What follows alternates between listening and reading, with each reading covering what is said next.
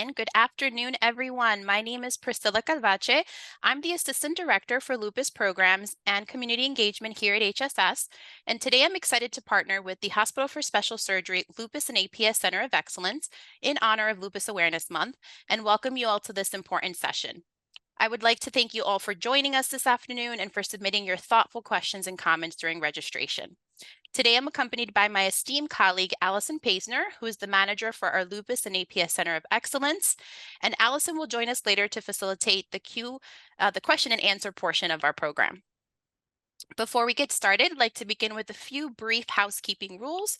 Participants will be muted during the presentation, but we're highly encouraging you to please use the chat icon to send questions and comments throughout the presentation. Dr. Rogers will be taking these questions following her presentation. Lastly, I'd also like to introduce our program evaluation. Your feedback is really important to us and helps us to inform future programs. And we're going to be embedding that survey link in the chat box towards the end of the presentation. And we kindly ask that you take a few minutes to complete our brief survey at the conclusion of today's program. Today's session will be recorded and will be available on the HSS YouTube pages by early June. So at this time, it is my pleasure to introduce our speaker this afternoon, Dr. Jennifer Lee Rogers. Dr. Rogers is an associate professor of medicine at Duke University and the director of the Duke Lupus Clinic and Duke South Rheumatology Clinic. She received her medical degree from Indiana University and completed internal medicine residency and rheumatology fellowship at the University of North Carolina at Chapel Hill. She is a board-certified rheumatologist with clinical and research expertise in systemic lupus erythematosus. She and her colleagues at Duke developed the Type 1 and Type 2 SLE model to address the full spectrum of lupus symptoms in a patient-centered manner. Her goal as a clinician, researcher, and educator is to provide compassionate, comprehensive care to people living with SLE and to transform lupus care by developing biomarkers, patient-reported outcome measures, and novel therapies to improve outcomes and health-related quality of life. And I'm excited to turn it over to our speaker this afternoon. Welcome, Dr. Rogers. All righty. Hello, everyone, and happy Lupus Awareness Month. It is amazing that so many people are here and are registered for such a fantastic program that you all have put on. It's an honor to be here. And today we'll talk about fatigue and pain, an area of lupus that I study and think about a lot in our patients. Alrighty, oopsie. Okay, so today we'll talk about fatigue and pain, understand those causes, and describe some treatment strategies for fatigue and pain in lupus, and importantly, kind of think about the power of perspective. So we're going to start with something a little bit different in the making of a story, and then we'll kind of really dive into the meat of the talk today, fatigue and pain, the causes, and how we manage it. So we all have a story. And all of our stories are unique and all of them are meaningful. And so why are stories important and why does it matter how we tell them or how we write them? So I want to tell a real story about fatigue and pain in lupus. So there was a young girl in high school and she developed lupus and she had quite a bit of fatigue and pain. And sometimes some family members or friends didn't fully understand what she was going to. They didn't really understand her pain or her symptoms. She went to college. Sometimes in life, she did struggle to take her medications. She was hospitalized. She did go to graduate school. And then through this, she sometimes would have bouts of really extreme exhaustion, pain in different parts of her body. Sometimes that would be associated with depression or anxiety. So when we write our own story or a narrative, it can be difficult because for all of us, sometimes those chapters in our lives can be heartbreaking. And sometimes they can be really scary or terrifying. And some parts of our stories or our lives are mundane, they're everyday. And sometimes we may shoot at the dartboard and we may miss and we can feel like a failure at times. And many times in life, we may struggle because oftentimes we can feel overwhelmed or isolated or alone. And so one way to write the story that we heard is to kind of end the story here and we end the chapter.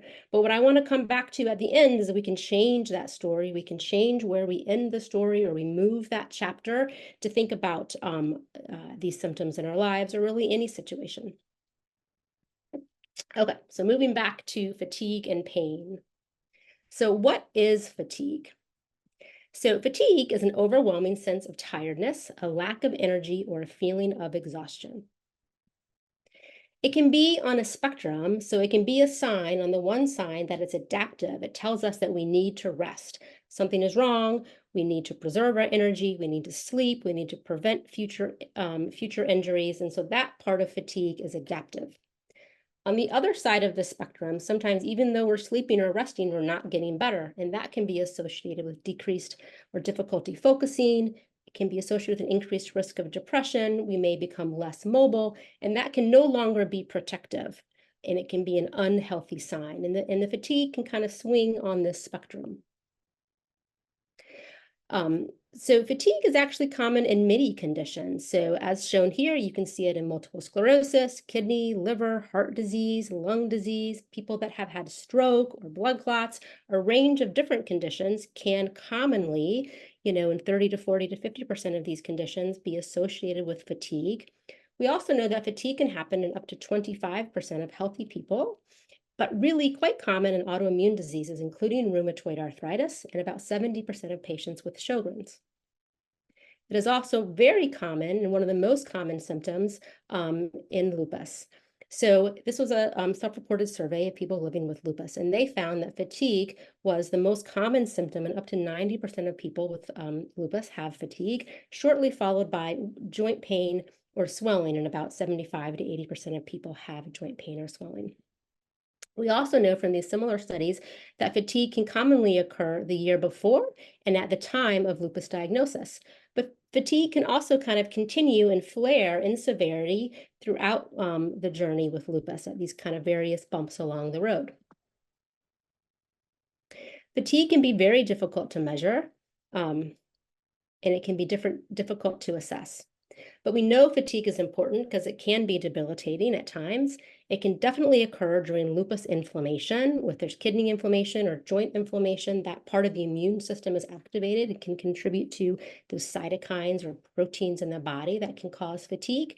We also can have fatigue during infection. If you've had the flu or COVID, you can feel that fatigue. Cancer patients, of course, can have fatigue. And sometimes when the lupus is in remission, we have people on good medications and feeling much better from their rashes or their joint inflammation. Sometimes that fatigue can persist. Because of that, there's not really one blood test or x-ray necessarily that can correlate with fatigue or pain in lupus. It can become, kind of all those factors together can make it quite difficult to manage. But again, it's really important to think about and talk about it because it can negatively impact many areas of our lives, our work, our school, our relationships with others, our family, and how we feel. We know that battling fatigue and pain can sometimes be overwhelming, and it can be isolating if people are not fully kind of understanding and they're not able to see what one person is feeling. Having any chronic illness, including lupus, we know that can be scary. Sometimes there's different information on the internet, or you hear from friends or family or other sources that can be confusing or even contradicting, or even one doctor may say it's your lupus and someone else may say it's not. That can be confusing. And not being able to do the things that we want to do or the things that we fully were able to do, that can also be frustrating or depressing or really a range of emotions. So what causes fatigue? There's many conditions that can cause fatigue. So we kind of put them in big categories here. Blood disorders like anemia, especially low iron, low vitamin B12 can also cause fatigue and be associated with anemia. Our endocrine system, so our hormone system, so thyroid disease, insufficient adrenal gland, that can cause fatigue. Fatigue we can see from a variety of medications. We've already talked about autoimmune conditions and infection. And then again, conditions that can affect the heart, the lung, the kidney, the liver, any of those conditions or chronic diseases in those areas can cause fatigue. Many people that have had babies know that pregnancy can be exhausting. We can see fatigue during cancer or a variety of neurologic conditions like multiple sclerosis or stroke we had mentioned, or sleep apnea is also actually a common cause of fatigue that we can see in some people. So when we evaluate fatigue, really the key is first starting with that story. What is the history? What are the symptoms? How did it present? What are other signs? Was it sudden onset or what else is happening in that person's life? And then because some things we can't fully kind of see on exam, we do get basic blood work. Of course, we're checking the complete blood count for the platelets and red cells and white cells, kidney and liver function, thyroid. Oftentimes we'll check a vitamin B12, looking at a urinalysis for urinary tract infection, or importantly in lupus, right, we're looking at protein, blood, and CAS for inflammation in the kidneys, lupus nephritis. And then back to our kind of history and physical, what symptoms are happening, that's how, we order additional tests that really guides us to get either further blood work, antibodies if we're thinking about an autoimmune condition, perhaps a chest x-ray to look at the heart or the lung, or the echo to see how the heart is, squeezing or pumping, or a sleep study for sleep apnea. But again, all of this is kind of guided by that story and that initial history and physical. So now kind of shifting gears to pain. So what is pain? This was defined just recently by the International Association that studies pain. Pain is an unpleasant sensory and emotional experience associated with or similar to actual or potential tissue damage. So it's really a feeling, right? A sensory or emotional experience. It doesn't always have to be associated with tissue damage, but it can feel similar to that which would be associated with that damage. A few key concepts to understand pain. Our brain is made of billions of neurons or nerve cells. And these neurons in our brain and the rest of our nervous system connect and form trillions of connections. And this is kind of a beautiful, I love this picture of the kind of wiry connections in our brain. And these connections are really adaptable. They're plastic. Neuroplastic is the word. And so just like these kind of plastic tubes on the screen that you can bend easily and connect and move all different ways, our neurons, these connections are easily adaptable. All these features in our lives, whether it's our biology or medication or autoimmune diseases, our social or environmental factors, right, can bend these tubes and adjust our connections in the brain. And the final kind of key concept is practice makes the brain stronger. So when we learn to play piano, or we're playing basketball, or we're learning new things, hearing this talk today, or for example, if we have a lot of pain, it can make those connections in our nervous system stronger. And when that happens, we're better at playing piano. We can do it easier or faster or more effortlessly. And similarly, when there has been a lot of pain or damage, those connections can become stronger and we can easily feel those symptoms. Okay, so pain and fatigue are real, right? These symptoms are very complex, and they're individual experiences for each person. And pain and fatigue, but pain in particular, is more than just one single symptom. Again, it's an experience. So it's an experience, though, influenced by our thoughts, our emotions, our memory of it. Have we had that before? Are we anticipating, or what are we thinking about it? Are we paying attention to it? When you're out with your friends or watching your child's theater show, you're not maybe feeling or thinking about that pain because our brain is distracted and focusing on something else. Pain is constructed in the brain, and this picture shows all the various parts of the brain that are kind of interconnected. And there's many different parts of the brain, the part, right, that we move or we kind of sense, the part where our speech, but also we have parts of our brain for our thoughts, our emotions, our decisions. And so to process pain, it actually involves all those different areas. And that is why our thoughts, emotions, and memory affect how the pain feels. In addition to the brain part, our nervous system also includes our spinal cord, and then the nerves that leave our spinal cord to our periphery, all the way to the receptors and neurons throughout our body. There's pathways that kind of feel that pain that come up from the receptors, and then there's pathways that kind of dampen it back down. In pain, you can feel pain at any part along this, really kind of complicated pathway from the joint, from trauma or the skin, all the way up to the spinal cord and dorsal horn, to all those parts of the brain and back down. In addition to that, our brain is connected to our body. It's connected to our hypothalamus and our adrenal gland, connected to our gut. So very importantly, right, sometimes you can feel those butterflies, or if you're nervous, you can feel that. So there's a very strong connection between our brain and our nervous system, as well as our autonomic nervous system and our muscles. So our autonomic nervous system, just to take a minute. So this is kind of our fight or flight part of our body. So the sympathetic part is when, we're fighting, we're running from that bear, we're scared, our heart rate goes up, our respiration goes up, our blood pressure may go up, kind of slows digestion. The parasympathetic is kind of that rest part of our autonomic nervous system, and that's kind of rest and digest, moves our digestion, slows our heart rate, slows our blood pressure. So when we're feeling pain, right, it activates that sympathetic. When we're stressed or angry or upset, it activates that sympathetic.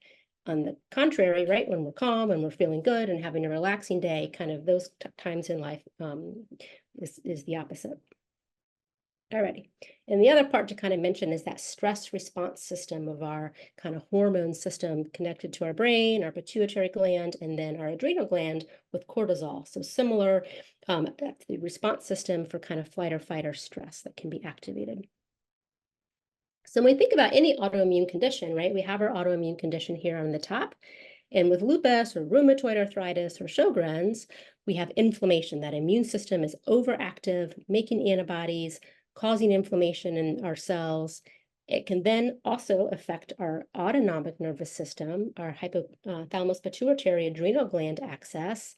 In addition, we have the factors around us, right? So we have our behavioral factors, how we're feeling, if we've been sleeping, how we're moving, our energy balance, all of that can kind of interact together and contribute to that fatigue.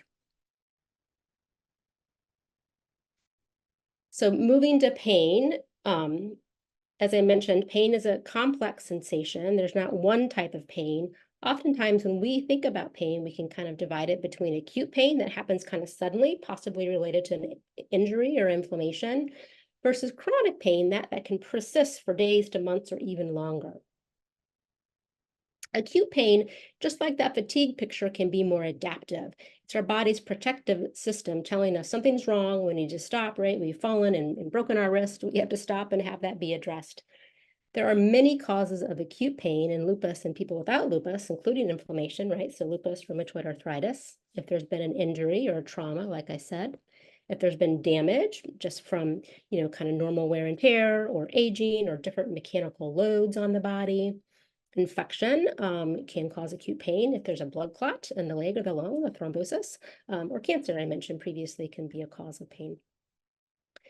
When we as healthcare professionals kind of are evaluating pain, again, it's back to that story. What is the location? What part of the body? What's the quality? We're always asking, when did it start? How did it start? What time of day is it bothering you? What other factors kind of led to it or contributed, or what things have kind of made it better? And all of those are really important clues to figure out what is causing the pain. So we take our history, we do our exam, and then again, we have to get follow-up testing or x-rays, right, to see if there's an injury, to see if there's been trauma, getting those blood works. And then the treatment really depends, again, on the cause of that pain. There can be a wide range. If there's a blood clot, of course, we're using blood thinner, for example. If there's a fracture, we're having surgery or splinting or casting the bone. If we move on to chronic pain, this has been defined as lasting for more than 3 months, but it doesn't have to be like the exact same spot for 3 months. That pain can be persistent, chronically, or it can kind of come and go, and sometimes it can migrate through different parts of the body. But chronic pain interferes with kind of normal activity often, and it can lead to depression and anxiety. It can definitely contribute to fatigue, can cause poor sleep and then lack of mobility. And what can happen with chronic pain is kind of this cycle that people can have. It can, lead to deconditioning or less movement. Definitely, it's frustrating and it hurts and it can cause negative emotions, right? It can cause that depression. Perhaps someone may be more avoidant or withdrawn, feeling distressed, and it kind of can continue on this cycle of pain and fatigue and affecting our sleep. So what is it? So chronic pain is when our nervous system becomes really sensitized in kind of two different ways. And so again, that nervous system that's processing pain, whether that's on the ascending pathway up, all those processes in our brain, or the descending pathway are really kind of sensitized, have gotten better at feeling pain. That's that nociplastic, meaning it can change pain. And then oftentimes, chronic pain can also be neuropathic in origin, and sometimes there can be features of both. Neuropathic pain is when there's been damage to the nerves. That could be like in the small fibers. So in the skin, there's teeny little fibers that are even too small for kind of a nerve conduction testing, but can be detected on a skin biopsy under the microscope. So we do see often in lupus or often in Sjogren's, and sometimes separately fibromyalgia are not related to autoimmunity, a small fiber neuropathy, and that can cause kind of pain all over that can be at different parts of the body, or, tingling or burning. We can see large fiber neuropathy, that from the spinal cord or the large nerves, or the brain. Any of those areas of our nervous system can have damage or inflammation that causes the pain. And nerve pain feels stabbing. It can feel like pins and needles. It can be burning or throbbing. That sciatica, if anyone has experienced that, that shooting pain kind of down the leg. It can be associated with numbness or like electric shock. So those are all clues, that quality that there may be a component of neuropathic pain.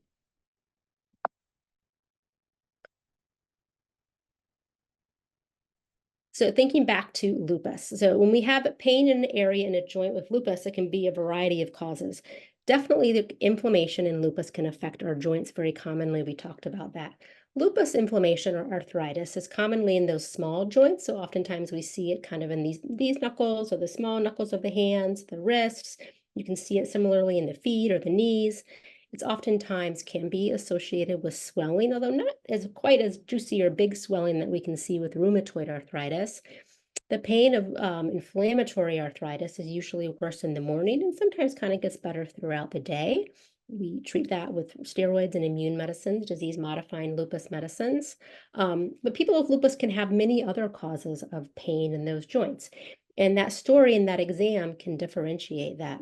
So definitely we can see osteoarthritis, and that's commonly in the big joints, the knees, the shoulder, the back, the hips, but sometimes also the base of the thumb or the small joints of our hands, so a slightly different pattern.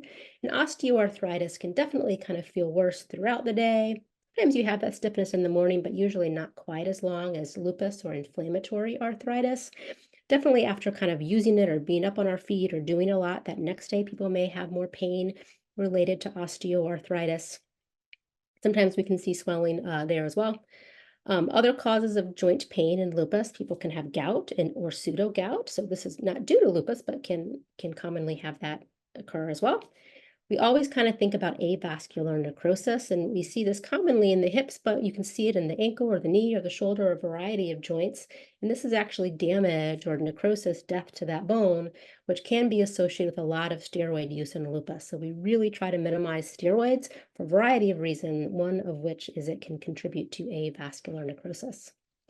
And then just like any other, everyone else, right? We can have tendinitis, we can have a ligament injury, a labral tear, a meniscus tear in our knee. A variety of these mechanical factors can cause joint pain. I mentioned previously, people can have in the area of the shoulder, the knee, or the joint, kind of a neuropathy, a small or large fiber neuropathy. Fibromyalgia, kind of that diffuse achy pain, can happen kind of near the joints and the muscles, that all over pain. We can see infection in a joint. And then some people really, you can have multiple causes of pain and it can be kind of hard to tease this out. But again, that story, that exam, oftentimes we may get x-rays. Sometimes if we're worried about avascular necrosis and the x-ray didn't show that, we may get an MRI or an MRI to look for, a meniscal injury or a labral tear, for example. So it can be more workup to kind of figure out what is causing pain in lupus. And that is really because our brain, right, is connected to our body and is connected to the world around us. So when we think about what factors contribute to how we feel about pain and fatigue, these biopsychosocial factors that all of us experience at different times and in different ways in our life influence how these symptoms feel. So we've already talked about biologic, whether that's autoimmune, right, lupus. There are genetic associations with pain that we can see. If there's been a damage or other comorbidities, osteoarthritis, for example, can contribute to pain or fatigue. But then importantly, also on this graph are those psychological, right? How do we feel about it? What do we think about it? Are we paying attention to it? Are we worried it's going to happen? Are we frustrated with it? What kind of social support do we have? Are we having good support? Have we experienced prior trauma? Many people have, and that can contribute to how our body feels many things. What is our environment? Are we sleeping well? Are we having big stressors or small daily stressors? What is our access to care? And then kind of on a larger societal level, right? What is an individual's access to insurance or other kind of financial factors play into all of these features, I think, in our life and can contribute to fatigue and pain in lupus. And that is because, right, our social, emotional, and physical health are connected, and you can't really unwind these, right? They're all sort of connected in this kind of twisted rope.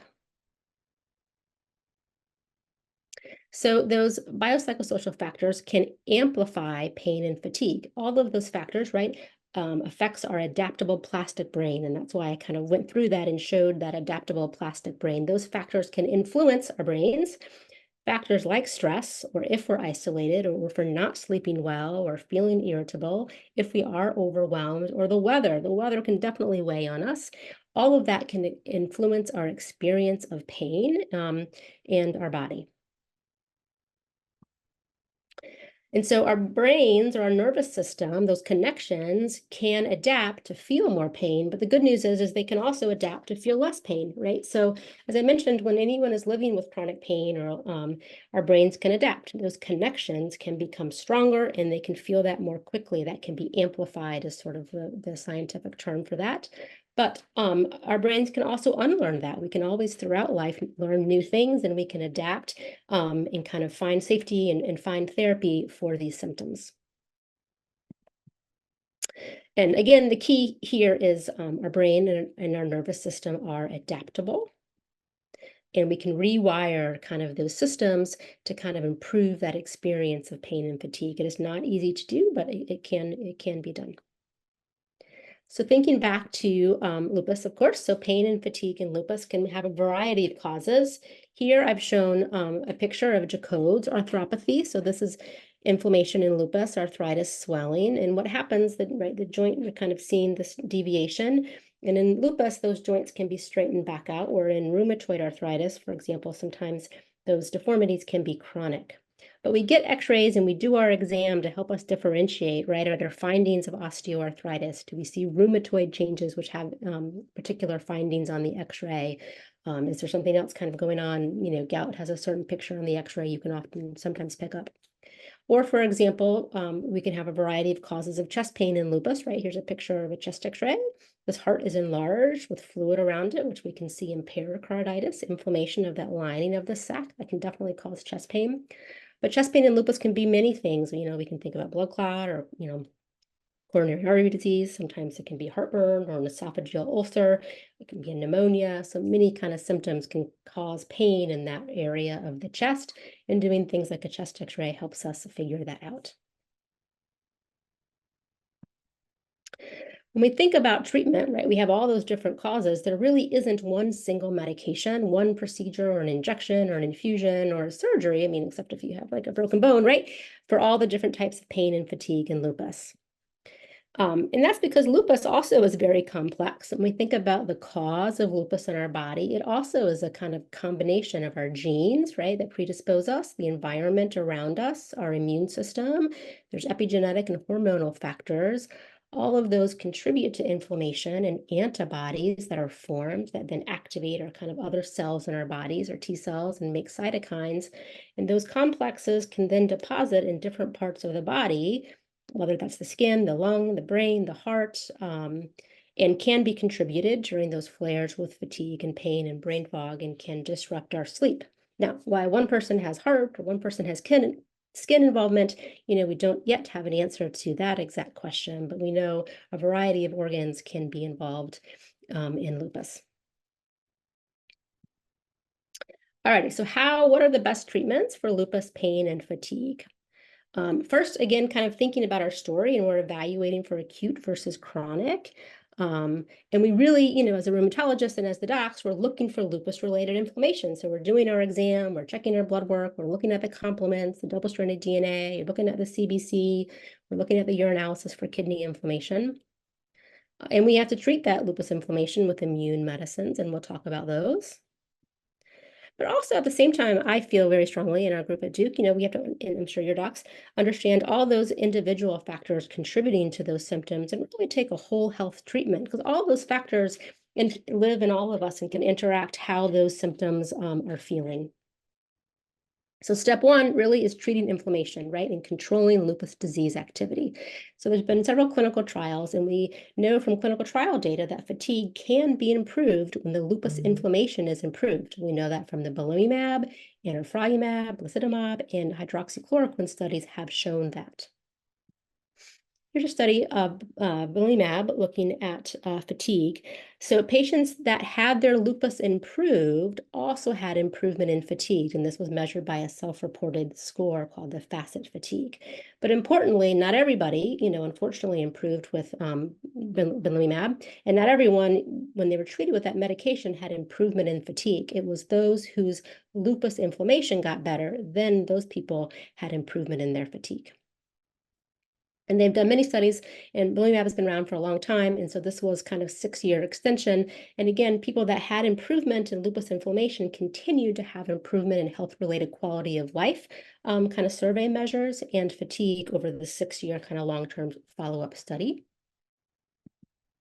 And then more recently, anifrolumab, so the Saphnelo, this was the 1-year clinical trial. And when compared to placebo, people whose lupus disease inflammation improved with anifrolumab, there was a cascade of improvement. So again, they got treatment when their inflammation, as measured by the BICLA, which is the way that they measured the lupus inflammation, fatigue got better, pain got better, physical function and mood. So it's not just that the medicine improved the pain or fatigue by itself, but it did so by improving lupus inflammation. So just kind of making that point, fatigue and pain are common in lupus, but we're not prescribing these medications for that in particular. We are prescribing them, right, to treat if there's skin inflammation or arthritis or, kidney inflammation. So, depending which medicine we're prescribing, then if those symptoms get better, we can see improvement in that inflammatory fatigue or pain. All right, steroids. There's a question about steroids. So steroids work very quickly to suppress the immune system, calms down that pain if it's due to inflammation.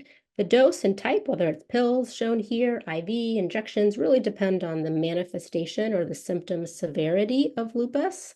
If someone's in the hospital with very severe kidney or brain involvement, right, we're using very high dose IV steroids. If there's arthritis on the outpatient setting, we may use a shot of steroid or a taper of steroids by mouth. For the most part, except for short courses, we usually, kind of taper the prednisone because it can affect the adrenal glands. So if someone's been on prednisone for a while, we don't just stop it abruptly, but kind of go down like steps. There's many, many side effects. I mentioned already avascular necrosis, but prednisone works well, but right, can contribute to weight gain and diabetes, glaucoma, infection, cataracts, osteoporosis, raises the blood pressure, fluid retention, all of these things, insomnia. So we really try to minimize prednisone and really only use it when we need it. So in place of prednisone, we use lupus immune medicines, disease modifying or biologics to treat inflammation, get people feeling better, and minimize those steroids. So a variety of meds that I don't think we probably have time to go through all of them. The type or which medication we use or combination, again, kind of depends on the manifestation and the severity. Everybody gets hydroxychloroquine. That's kind of our seatbelt medication, calms lupus, very good for skin and joints, prevents major flares. But oftentimes people may have more severe manifestations, and so we have to add a variety of these medications, whether if it's a pill or an infusion or an injectable, for example, belimumab, on top of the hydroxychloroquine. Okay. In addition to treating that, there's a variety of ways to treat pain and fatigue. If there is anxiety and depression, it is very important to treat those underlying mood disorders. And often we may use depression medication for that, but also psychotherapy or counseling is also very important. In general, we try to minimize or avoid pain medicines like narcotics, opioids, and definitely benzodiazepines, and that combination can be dangerous. And that's because we know all of the kind of risks of narcotics can be, addicting, can have many side effects, and importantly, long-term narcotics can actually contribute to or worsen neuropathic pain. So we try to minimize that. Sometimes they are really helpful in acute setting, right? You've had surgery or you broke a bone. Those are very helpful, and we use them in those kind of short settings. Likewise, sleep medicines, sleep is key. We try to minimize sleep medicines except for perhaps short-term use. Again, because when you're using a sleep medicine, your brain is not actually getting that restorative, healthy, deep sleep. Many people, we do use those, of course, but we try other ways to not use as many sleep meds or taper people off the sleep medications. So we use a lot of variety of Tylenol. Acetaminophen is safe if appropriate, right? So no kidney disease or someone doesn't have an ulcer or, cardiovascular disease, we can use different NSAIDs like ibuprofen or Advil and naproxen that can be helpful in the right setting if safe. And then, I'm a big proponent of topical therapy. So Salonpas patches, Lidocare, lidocaine, biofreeze sprays, Voltaren, these gels, all of these can be used to help pain. A variety of studies have looked, what are other supplements? There's not really great convincing data that these are helpful for fatigue and lupus. If someone is deficient, of course, we're giving back vitamin D, but excess vitamin D, fish oil, DHEA have been studied, and not convincing data necessarily in acetylcysteine, a very small study, possibly helpful, but not a lot of robust data really to support these. People ask me all the time about supplements. They can interact with medications. And so if you have a question, important to talk to your doctor about that supplement and the interaction and or your pharmacist as well. So thinking about treating pain and fatigue, really back to kind of our picture of those biopsychosocial causes, because all of those factors contribute to how it feels. And so you have to think about all of these. And so there's a lot of really important non-medication approaches, including exercise, physical therapy, especially aquatic therapy. I think that weightlessness in the water can be really helpful. A lot of approaches to managing pain or cognitive behavioral therapy, and whether that's psychotherapy or relaxation techniques, acupuncture and massage can be helpful. There's a recent study looking at transcutaneous vagal nerve stimulation, and the idea really is, right, we're activating that parasympathetic nervous system to kind of calm down the pain. That's been studied in lupus. I had a patient actually teach me that she does virtual reality as a coping strategy for her pain. TENS units are available, and the pain docs will use TENS units. And then I've learned from many of my patients that wraps, weighted blankets, heating pads can be helpful at times, and kind of rotating kind of a lot of these strategies. Social support. So this has been studied in lupus, and so social support protects against fatigue in lupus. So this was a study looking at 127 people with lupus, and they actually found in this study, at least the inflammation was not associated with fatigue, wasn't associated to medications, but that pain and depression were associated and worsened fatigue in lupus. But social support, those that reported good social support, was actually protective, and they had less fatigue. So being a part of groups like this, or other kind of Lupus Foundation of America or other kind of lupus support groups, I think is super important in meeting other people and learning from others with lupus. So it's fantastic that you all are here today. A few other things. So sleep. So we know that sleep, 2/3 of people with lupus report poor sleep quality or early morning awakening. And again, sleep can be in that cycle, right? It can make fatigue worse, pain worse, restless legs. It can affect our mood, and it can be associated with changes in our body, vitamin D and high blood pressure. And there was one study that actually showed that sleep deficiency, less than 7 hours kind of chronically, was associated with antibodies and transitioning to lupus. So sleep is super important for our immune system. Movement. There was a question about exercise. So movement and activity or exercise, safe and well tolerated, does not make lupus worse in a variety of exercise programs, whether that's, resistance training or aerobic walking type exercises, Tai Chi, are safe. And I always tell my patients, really choose the exercise that you enjoy and that you want to do. And if you have it with a group or a friend or a partner, that's even better because you have that social connection too. It has been shown in studies in lupus to reduce fatigue. I think of it as an energy builder. It's also been shown to improve depression. And of course, we know it's important for our heart and our cardiovascular fitness. And exercise, back to that neuroplasticity, right? It actually is important for that neuroplasticity of the brain. It has been shown to improve sleep, and importantly, that deep, slow wave delta sleep, which can then improve our memories, our emotions, so we're better kind of equipped that next day to handle things. And our cognition, our thinking is clear, that brain fog can be better, and it can be shown through all of those kind of interacting mechanisms to decrease pain. Nutrition. So, there really isn't one specific lupus diet per se. Some people do have sensitivities if they have gluten or sensitivities, and so are allergies, of course, follow that individually. In general, I think the recommendation is to follow a balanced, low carbohydrate, high fiber diet. I mean, there are foods that have been inflammatory, and there's been some studies in the inflammatory arthritis or rheumatoid arthritis literature of some anti-inflammatory diets. But right now, there's not a specific diet per se, for lupus. If someone has kidney disease, I think it is important to talk to your kidney doc or nutritionist about the amount of protein for the kidney. And we know nutrition is important for heart disease and cardiovascular and diabetes risks.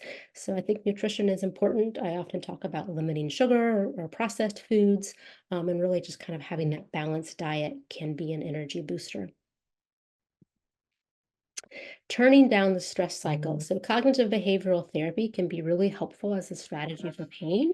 And this concept of mindfulness, kind of being present without judgment. And what that is, or the basis of that, is kind of feeling the pain or the sensation of chronic pain and kind of trying to reset those pain alarms to not be as angry or scared at it, and kind of turning down that symptom dial. That is hard to do and it's not easy to do and takes some work. But I think that is the basis of cognitive behavioral therapy and kind of working on that stress cycle or how we feel about the pain. Pacing. So it's okay to pace, right? That can be very helpful, I think, as a strategy to manage fatigue and symptoms. Sometimes we have to say no and we have to cut back and we need help and we can rest. And the idea with pacing is we take that break because we need that. And at different times, we may need more or less breaks or help. And then when we're able, we can kind of increase or push a little more, and that can change over time. What I like to think about managing this is really making your own recipe. There's not one treatment strategy, right? There's like not one medication for everybody. I think flares happen with lupus, setbacks can happen, and stressful things can happen in different triggers in all of our lives. And so knowing that, the weather can happen or think we may not have a good night of sleep or a stressful event at work or with your loved one. And so kind of preparing for those setbacks and planning ahead to have that treatment plan, right? I'm taking my lupus meds. We're going to have some Tylenol, we'll do some sprays, we're going to cut back, we're going to rest, and then kind of know we get better, or knowing when to reach out to your doc if that pain is inflammatory and something's happening with our lupus that the medication needs adjustment. So I think the key really is having hope, right? The symptoms can improve. It is hard to do and it can take time, but these things can definitely, I think, get better with a kind of a full strategy. All right, so I want to go back to our story that we started with, and then hopefully we'll have time for questions. So back to our story. So we can have small edits and we can move the chapter, or we can add that perspective and can change how we feel about any kind of situation or any story. So the facts of the story or the situation are the same, right? The young woman in high school that has lupus and fatigue and pain, and some people didn't understand perhaps what she was going through. She went to college, she was hospitalized, and at times she was exhausted. But we're going to add a few important details and kind of add that perspective piece to it. So she did struggle with taking her medications, and sometimes she did feel really overwhelmed and depressed by all of it. It's a lot to be a young person living with lupus. And she was actually hospitalized several times, but she would study from her hospital bed because she was determined. And through the course of her illness, she became more open about her depression and her struggle with taking medications because she was brave. And she really advocated for her health because she was strong. And she graduated as a social worker because she's amazing. And she works to help others navigate their healthcare needs because she's passionate and caring. And she volunteers on a variety of projects and research groups and processes because she's dedicated. And she shares her journey and she projects her voice and her story because she's courageous. And through all of this, she has really reframed and kind of showing this meaning. She has really inspired and taught many people about her lupus because she's been honest about her journey. And sometimes, yes, she is tired and sometimes she does need help. And sometimes she does have pain because she is real. But she has made a treatment plan and she has found a team because she believes. And she has made many of us that care for her a better doctor, a better researcher, a better listener, which in turn, right, helps many people living with lupus because she is who she is. So our stories are powerful and you can be the author. The facts, the events, and the challenges can be the same. And oftentimes in life, right, those villains don't change. But we can add those details and we can reframe the meaning and have hope. And we can highlight our beauty and our strength. And we can, by doing so, really inspire others and we can share and we can connect. And that whole journey, I think, can also help each of us kind of find our own peace and our own healing. So to sum up, and I've left some time for questions, hopefully, I think fatigue and pain are really common in lupus. They're very challenging to treat. We also see them in many other conditions, and they can be due to many factors in life that interact with each other in very complicated ways. The treatment definitely requires treating our lupus, but really having that whole health approach. I think that you can write your own story and kind of move that chapters to highlight that meaning. And by doing so, I think inspire and connect with others to feel better. So thank you all. This is our Duke Lupus Clinic. We're a huge group of researchers and coordinators and pharmacists that all work together. And we have a huge lupus registry that is really important to what we do and contributing to all this work. So thank you so much. Thank you, Dr. Rogers. Thank you, Dr. Rogers, for this very comprehensive presentation. At this time, I would like to transition over to the question and answer portion of the program. So just a friendly reminder, please use the chat box feature to submit your questions to our panelists this afternoon. And I'm going to begin with some of the additional questions submitted by attendees during registration. We'll also be checking the chat box for your live questions. So these questions that were submitted during registration have been grouped together. That way we can answer as many questions as possible. And due to the overwhelming amount of questions submitted through registration, we may not be able to get to all your questions, but we'll try our best. So we're going to start with a few. So the first question is, why is fatigue often dismissed as insignificant when it is one of the most common complaints of people impacted by lupus? Yeah, we hear that often, right? And I think that's, awful in many ways. I think, it can be dismissed. And sometimes, though, perhaps doctors just don't know what to do with it because it's so many factors. They don't know how to test for it. There's not one simple answer. I think docs, we want to help people. We want to figure things out. And when it's so complicated and, the blood tests are looking fine and the x-rays are looking fine, there's not a simple reason. I think in this health system, sometimes the visits are too short and we don't have enough time to dive into all of these things. We feel very strongly that, right, this should be addressed. And, we talk about type 1 and type 2 lupus and really thinking about all of that because, yes, these are the most common symptoms that people with lupus affect. And so we should be talking about it and looking for those, relatively, if there's anemia or low iron, those things can be fixed. But sometimes it's all the factors. Thank you, Dr. Rogers. Another question is, some people have noted that weather plays a part in their symptoms in terms of management of pain and fatigue. So what are your thoughts on that?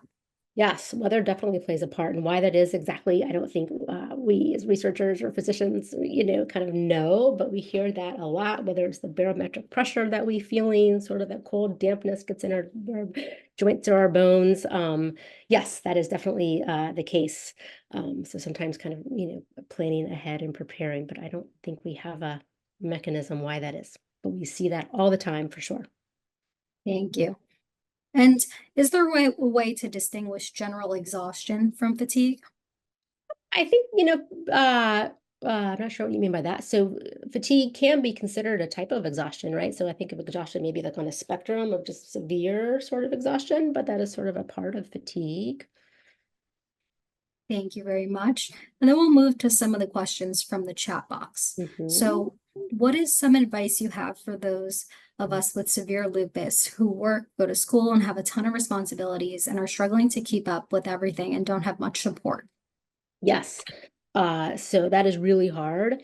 And I think many people struggle with that. I am a proponent of, I talk to my patients a lot, and some people may need FMLAs or extra time off of work. We may talk about, right? I think it's important to kind of, if someone loves to work or go to school or have that meaning, I think that's super important to people. Also, financially or for insurance, people. So I'm a proponent of helping people get through that, right? And sometimes people need extra breaks for days off of work for fatigue. I think talking about your lupus with your loved ones, having people, chip in or help when they can, if you have that support is really key. Yeah, it's hard. I don't know if I have an answer for all of that. Yes, thanks for your response, and also social workers and support programs that hospitals may have. Yep. And then another question that came in would be, best approach to treatment for neuropathic pain damage? Yes, so neuropathic pain can be from a variety of causes, and we see that quite often. A lot of times we use medications like gabapentin or Lyrica or other nerve medicines. I mean, I think even with neuropathic pain, doing that physical therapy and that movement and all the strategies I talked about, sometimes sort of understanding it or breathing, distraction, working with a pain psychologist, I think all of that is important. If it's neuropathic pain, sometimes from really a pinched nerve or something, or spinal stenosis, right? Talking to the spine doc to see if there's interventions, nerve ablations, injections may be indicated in some situations, but kind of depends on the location and evaluation. Thanks, Dr. Rogers. Another question that came in is, have there been any studies into the efficacy of cannabinol meds for pain and lupus?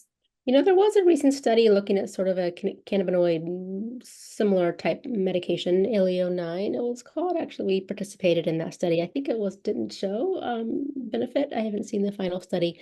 I have not seen any studies necessarily around, marijuana or other cannabinoids per se. In other chronic conditions, those are used, or CBD oil, sometimes over the counter, right? People can find benefit from that. But I think it's an area that needs to be explored, right? All of these kind of different pathways and receptors in our body that mediate pain. Thank you. I'm going to move on to another question that we got throughout registration. So are there any specific markers that can distinguish fatigue from having lupus from fatigue caused by other things? So again, it's all kind of the story and the symptoms. And there's that huge list, right? So we're getting the CBC, or looking for anemia or vitamin deficiencies, or you're looking at the thyroid or doing a sleep study. So there's not really one test per se, because even someone that has active lupus nephritis that we're on immune medicine, right? And the urine is showing protein and the complement is low and the double-stranded DNA is high, kind of those classic markers of inflammation, that person could also have iron deficiency anemia, or that person also could be really depressed and contributing, or that person could also have untreated sleep apnea that's contributing to their fatigue. So all of those can kind of interact. And so there's not one simple test. It's kind of a complete picture and ruling out these various parts and, really kind of listening to the patient and listening to their story and doing a very thorough exam, sometimes a trajectory over time and figuring these things out, right? When there is lupus inflammation, we treat that. And if that continues, okay, so we're trying, these other strategies. Thank you, Dr. Rogers. Another question from our chat box. How do we taper off sleep meds? Are there any alternatives to replace them? So yes, I think we just finished a project with a sleep specialist, and so she's a psychologist and she does cognitive behavioral therapy for insomnia. And so she has a whole program that she sees people and kind of works with a kind of a sleep journal and sleep timing and this kind of complicated regimen that she does. But there are also great books out there for cognitive behavioral therapy for insomnia. So kind of finding those reasons that contribute to poor sleep would be the approach to help get off medications. And then again, back to kind of that exercise during the day, all of those activities help us sleep at night and help us relax. And common sense things, turning the lights off, really having a dark room, if we're able to minimize the sounds, having the temperature cooler, if that's possible, all of that helps us kind of relax our body and prepare our minds for sleep. Definitely turning off the screens and the TV even, and the phone, because that is activating our brain, whether that's the blue light or not, but that's kind of activating, getting us asleep. So turning those off, minimizing the caffeine, all of those kind of small interventions are actually really important when we combine them together. Thank you. Another question from our chat box. Are you familiar with low-dose naltrexone for pain and fatigue?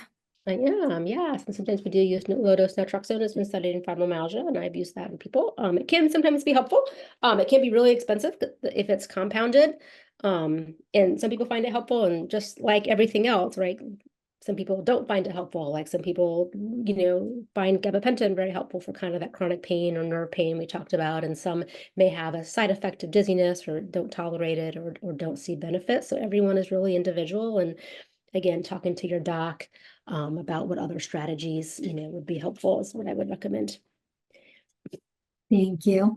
Another question is, at what point does general chronic pain or fatigue become a cause for concern, even if we're in LDAS?